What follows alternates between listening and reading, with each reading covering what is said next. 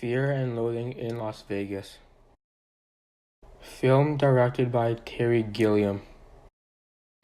Novel written by Hunter S. Thompson. The main characters of the movie are Raoul Duke, played by Johnny Depp, Dr. Gonzo, Duke's attorney, played by Benicio del Toro. The film is based on a book written by Hunter S. Thompson in 1972 and was adapted into a film in 1998. The novel is Thompson's most famous book because he incorporates both facts and fiction, which is now described as gonzo journalism, which he originated. The novel is based on 2 trips Thompson took with his attorney, Oscar Zeta Acosta, in 1971, and their experience became the origin of the book. Fear and Loathing in Las Vegas is about Raoul Duke, a journalist, and his attorney, Dr. Gonzo, as they take a trip to Las Vegas in search of the American dream. Raoul Duke finally receives the call he has been waiting for. A New York magazine calls him to cover the Mint 400 race in Las Vegas. This is his ticket to the American dream, and he invites his attorney to join him in his ride for success. In order to prepare for the trip, they required a few necessities: a red Chevy convertible, which they referred as the Red Shark, a trunk full of dangerous drugs such as grass, mescaline, acid, cocaine, and other pills, a tape cassette, and an Acapulco shirt. From the moment they began their journey to Las Vegas, they were facing some challenges. The drugs they consumed to have a good time only made them hallucinate and gave them a false sense of reality. The drugs took them into an unrealistic world where they saw giant reptiles eating human flesh and lizards with claws on their feet. The drugs altered their behavior and get them into a lot of trouble with the law in Las Vegas. Under the influence, the shadow of Duke and Dr. Gonzo came out. The drugs also made them turn against each other. This is shown in the scene we're about to see called White Rabbit. Dr. Gonzo has consumed a full sheet of acid and is soaking in the tub. He is lunging for the tape cassette in order to have the song White Rabbit played on repeat.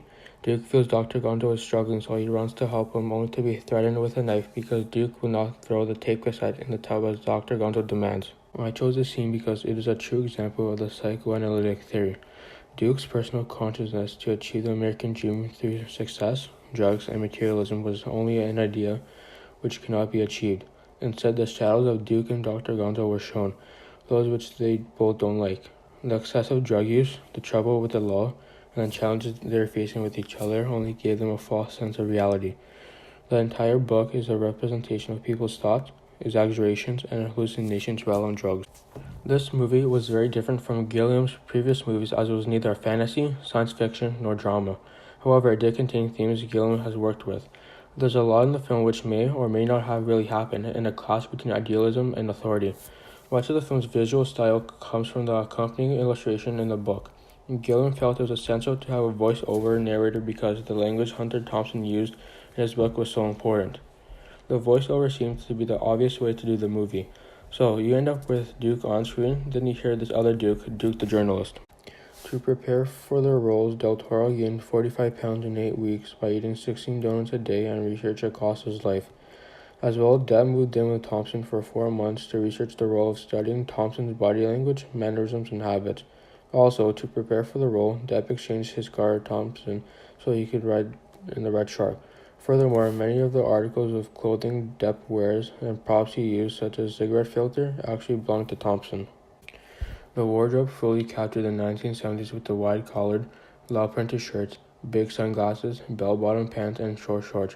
The props used also encapsulated the 1970s with cigarettes, cassette tapes, a red convertible, and the American flag. This film targeted young adults who are fans of Hunter S. Thompson's writings. Also, it attracted viewers who are caught up in the drug culture of the 1970s. Here's the clip. The scene is shot in the Mint hotel room, which is dark and dingy. The viewer understands the state of mind the characters must have been in given how littered the room was. The room, like the characters, was messed up from days of partying with booze and drugs. Oh, God. Did you eat all this acid? The director chose wide-angle lens to capture as much of the surroundings as possible in each shot, which helped illustrate how disoriented the characters were as a result of consuming high levels of drugs. For example, the camera in many scenes was tilted and gave the perception of not being level. This must have been how the characters visualized their surroundings while on drugs.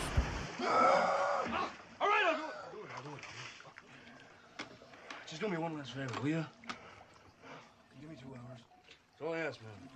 2 hours to sleep before tomorrow. I suspect it's gonna be a very difficult day. I'll give you all the time you need. Electrocution. We don't want that. Fuck off.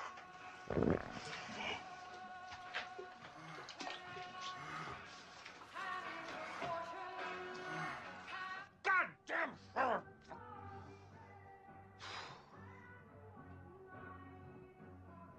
See.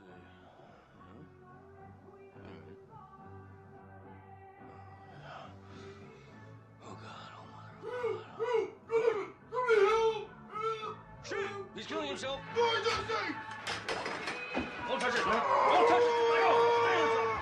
For fuck's sake, man! Fucking beast! Back the table! Back, motherfucker! I don't know, man. I need it again. What? Like, could you that fantastic note? When a rabbit bites its own head off, I want you to throw that fucking radio into the tub with me. Fuck, you've gone completely sideways, man. That'll blast you right through the wall. You'll be stone dead in 10 seconds. Fuck, they'll make me explain things. Shit. Bullshit. Don't fuck with me now, man. I am Ahab. Jesus Christ. All right, you weird fucker, sit down. Back in the tub. Back in the tub. I'll plunge this into your fucking throat. Don't make me use this, man. All right. Probably the only solution. Let me make sure I've got this all lined up. You want me to throw this thing into the tub when White Rabbit peeks? Is that it? I was beginning to think I was gonna have to go outside and get one of the goddamn maids to do. No, man. I'll do it. Shit. What are friends for?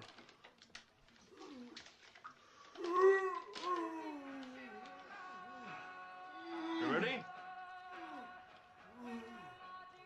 Close your eyes. Yeah, good boy. Why? God damn it, you're wasting my time! Higher, man! Higher! Higher! Higher! Okay, close those peepers.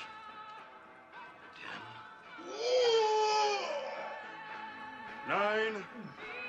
111.